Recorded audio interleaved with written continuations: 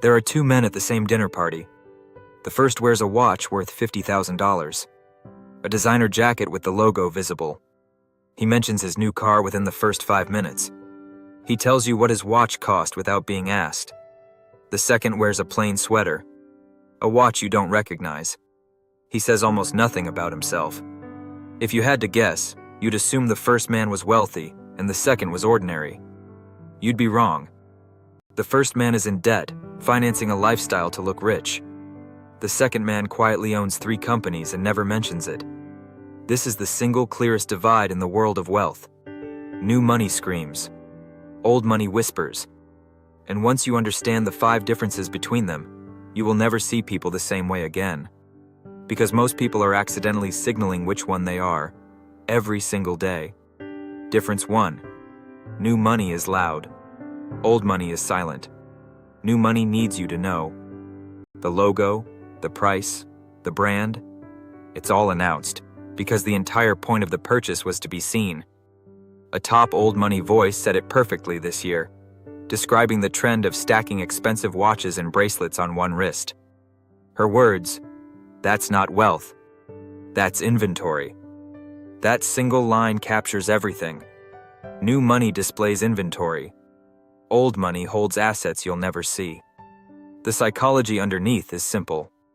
People who recently got money still need the world to validate it. People who've had money for generations have nothing to prove. Their security comes from the family name, not from a stranger's reaction at a party. The louder the signal, the newer the money. Always. Difference 2. New money spends. Old money owns. When new money gets a windfall, it converts into things. Cars, watches, clothes, experiences. Things that lose value the second you buy them. When old money gets capital, it converts into ownership. Businesses, property, equity, assets that produce more money while they sleep. Here is the mental test. New money asks, "What can I buy with this?" Old money asks, "What can this buy that pays me back?" One question turns money into possessions. The other turns money into more money. Run those 2 questions across 30 years, and you get 2 completely different lives. One that looks rich and goes broke. One that never looks rich and never does. The first 2 differences are about money. But the third is about something deeper. It's about time. And it's the one that quietly separates the people who stay wealthy from the people who don't. Difference 3. New money thinks in months. Old money thinks in decades.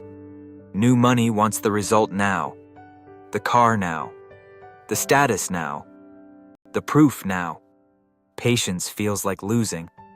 Old money was trained, often as children, to think across generations.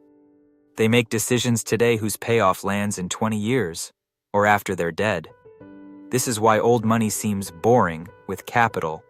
Slow, cautious, patient. That boredom is the discipline. The willingness to wait is exactly what compounds money into fortunes. New money can't wait, so new money never compounds. The shorter the time horizon, the faster the money disappears. Difference 4. New money talks about money. Old money never does. Listen at any gathering.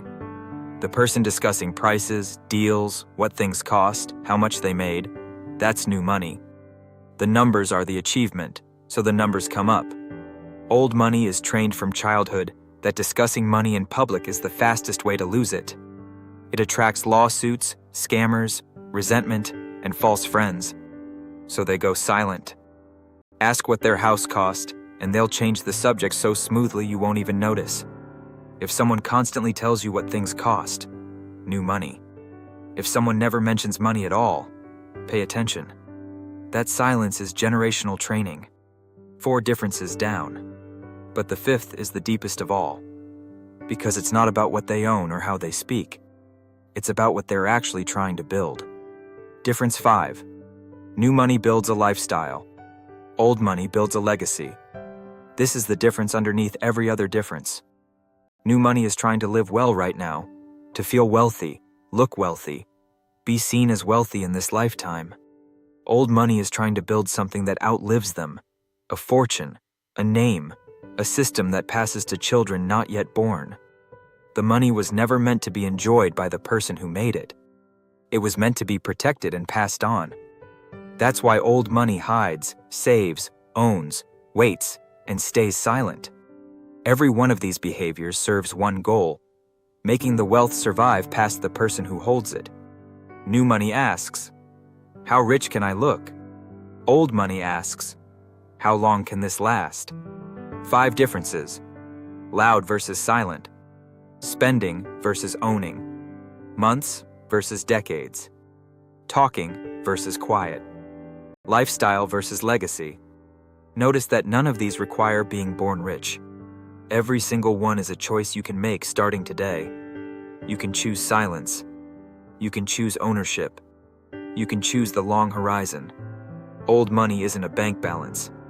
It's a behavior. The man in the plain sweater wasn't born different. He just stopped trying to look rich and started trying to be rich. And that changed everything.